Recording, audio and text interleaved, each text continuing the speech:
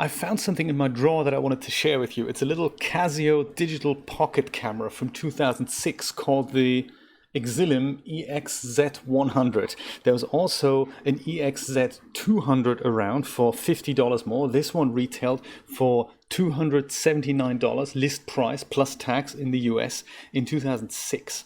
I do remember I bought it back then as well. I think it was 2006, and we bought it when we were here on holiday in Miami. Actually, we were still living in London and went over here for a holiday and thought we needed a little pocket camera to take funky pictures with, and that is what we bought at one of those pop-up stores. And yes, that is what we bought, and I'm saying goodbye to it, and this is partially why I'm making this video. I'm saying goodbye to it because I've just ordered a new GoPro Hero 8 camera, and the deal was that if you have any old digital camera that retailed for over $100, send them to GoPro and you get $100 off the latest GoPro. So I thought, that's perfect.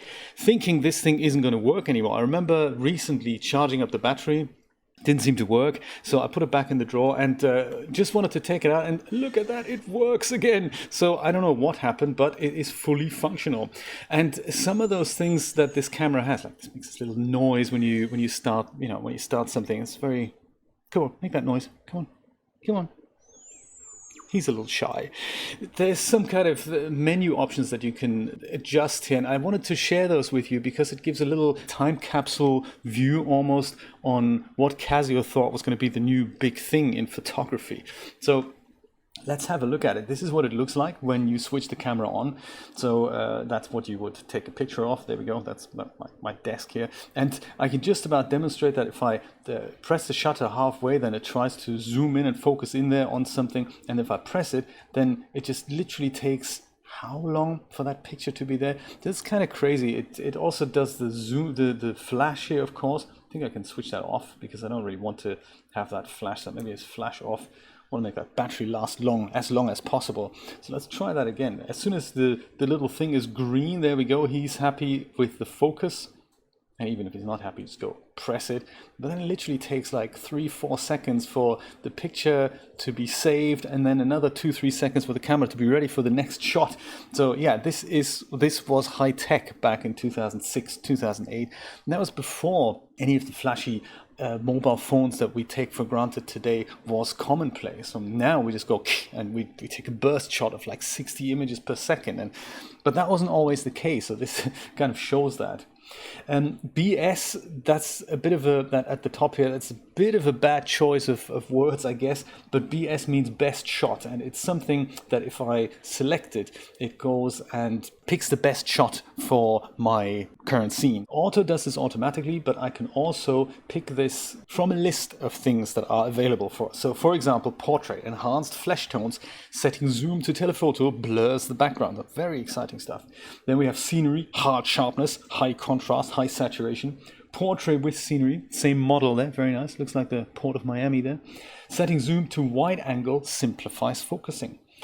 There comes the point, of course, where you go through all these settings and you think, hey, it's more difficult for me to remember which setting I'm supposed to use than to just use my own judgment for this. So a self-portrait, one person, two people, look at that. Children, sports, soft sharpness, and tungsten white balance. Keep the camera still on a candlelight portrait. Very cool. Party, pet, macro mode. Look at all these things. That's amazing. I just thought, I need to make a record of it before I send it to the GoPro people. And then this thing is going to just disappear forever. And I remember not having tried out most of these. Like food mode was one that we thought was actually quite nice. Raises the saturation a little bit. But there's other funky things like text mode. Look at that. Macro mode, hard sharpness, hard contrast. Collection is so cute. And these things, they made me laugh because eBay have, of course, long changed their logo. And this is not what the eBay logo looks like anymore. Like that they have the correct spelling there of eBay, that small e, capital B. That's very cool. So they did that. I like that. It's kind of a time capsule approach, isn't it, on what people thought, you're going to take eBay photos and this is the setting you're going to use. It's so hilarious. Backlight, enhanced flash tones, flash on, even though you're shooting outdoors, so very clever. Even though you could just switch on the flash to force flash, but hey, it's easier to put preset number 26 in here and make that happen. Crazy. Anti-shake, I don't know. High sensitivity, I don't know. Underwater, yeah, it's not waterproof, that camera, so I guess you need to have a waterproof case. Oh yeah, optional. I see. Monochrome, that's quite nice. There's also retro, it's kind of a sepia mode. Twilight, my goodness. ID photo, oh my god, I gotta show you this. So this is funny. I'm gonna take a picture of me now. There we go. And then what we're supposed to do, it's a bit dark here, but you get the picture. So you put the face into this little circle here. It's hilarious. And then you hit apply, and then the thing comes up with, whoops, with this. So you have literally 5 little passport photos. So I suppose you're supposed to print this out, and then you cut one out and send it to the passport people. They're going to throw you out by one of those things. Let's go back to my photo menu here. It takes forever for these things to do that. So there we go, ID photo. There's also business cards and documents. Now this is in fact super exciting. If I show you something like a memory card here, let's put a memory card here. And if I were to go and photograph that at an angle, and if we imagine this is a, oh, have I not selected that? There we go. Business card, there we go. So I'm going to select this now. And if I go and take a picture of that, imagine this was like a document now. Let's do that. Then what's super cool is the camera detects the lines in the image. So that is very impressive. I didn't even know this until literally now. So you can then say correct. It takes a while, and then it evens out all these. I mean, apart from my bad focus there, it does do that. It does kind of, you know, even out the lines, like what we have built into the Dropbox app today to scan documents. That's very exciting. I thought that was really cool. Yeah, so that is technology from 2006. We have the same for the whiteboard. So whiteboard has the same kind of settings. I like that. It's also a silent movie thing that records in something like a lower frame rate. And then people who, if you play it back in full speed, people seem to walk around as if it's a silent movie. So pre-recorded movie, my goodness, continually pre-records movie images which are saved when movie is pressed. So that's nice. So it continuously records, and whenever you find a clip needs to be saved, and I guess it saves the last 10 or 15 seconds or so. It can do video. That's partly why I bought it. This is my favorite. Look at that. It has YouTube capture mode, and it records this apparently in a format that is optimized for YouTube.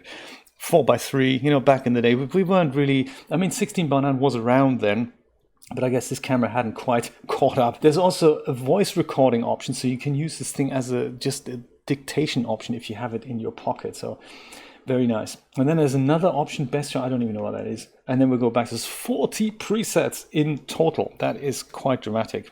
But yes, it also records video. I was going to show you this. It has a little separate button here to record a video right away. So you don't have to go into a video mode. I remember having another Sony camera back then that had that as a thing. But no, this one now, you can literally just take a picture when you're in this picture mode, or you just click the video button and then it'll just record this as a video. Oh, snapshot scene cannot be used. Okay, I guess not the business cards. Then we're just going to go and say auto. Let's do auto. Then I can go boom. Speaking of video, so this is very nice. It now records video for an hour and a half if I wanted to. That's nice. It's very nice, I have to say. I like that. And just in case you're wondering, this is what footage with this 2006 old camera looks like when we go outside. So, you know, 4:3. The audio isn't, you know, great, but it's also not bad considering that it is actually a stills camera from so long ago. I just thought I'd maybe record this before I send this away. So I guess what I like about this little camera is the fact that there's so many exciting functions in there that they had thought of, hey, this is going to be the thing you're going to have in your pocket at all times. And it's almost going into the direction of a really, really smart device. I mean, other than that, it has a proprietary, which is always annoying when that happens. It's a proprietary USB connector. So this is what that looks like. Actually, I can show you this here better probably. Completely proprietary. It's for data transfer as well as charging. So that makes this a little bit odd to charge up, and you really have to have a regular battery charger for this particular type of battery that Casio offered, the NP40. This is what it looks like. And there's a proprietary charger that comes with it, and that's where the battery fits in. And I thought the battery had completely given out, but no, it's not the case. It actually still works, which is very cool. So GoPro recommend, by the way, when you send in your cameras, take out the memory card. Very important. I had to use a kind of a really old one from, check it out, from the Carphone warehouse. Unbelievable.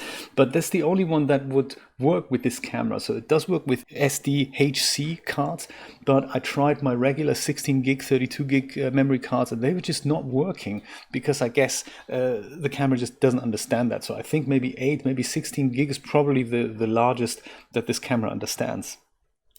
One last intricacy that I remember about this camera, and I thought that was very cute, there was a difference between the UK or the European and the US version of this camera, which is why I was so proud to buy this in the US in this very nice kind of burgundy dark red color, and that was the YouTube function. So they had implemented video shooting, which is great. I thought I really liked that feature. But in Europe, back in the day, YouTube had an upload limit of 10 minutes. So I think only special channels with a special permission could upload videos longer than that. But I guess back when YouTube started, they really didn't think of longer videos to be commonplace on YouTube. Like this one is way longer than 10 minutes already. So they thought, we're going to implement a cap so that whatever you record is always ever going to be 10 minutes. No camera of the EXILIM range in Europe, I think, could record longer than 10 minutes. I think that was it. Look at that. And I've got 6 hours and 50 minutes. And that's because they've implemented a much harsher compression there and made the video much smaller and made it 4:3. So this is not something we want. I think if I switch that off and just go back to here, then I can record in 16:9, and that's just much better. Oh yeah, here, this is something else I wanted to show you. The whole settings menu here, very cool. Focus, continuous, self-timer. You can switch all these things on and off, and I guess they are settings like that are then saved almost like as a shortcut in these user presets there. Quality, look at that, best shot, auto shutter, all these funky things. 3 pages, and you can literally set everything on this camera. I really appreciated that. Zoom position on and off, how exciting. Ugh. Then there's setup, panel, display wide, see it's like 16:9. Screen, what's screen do?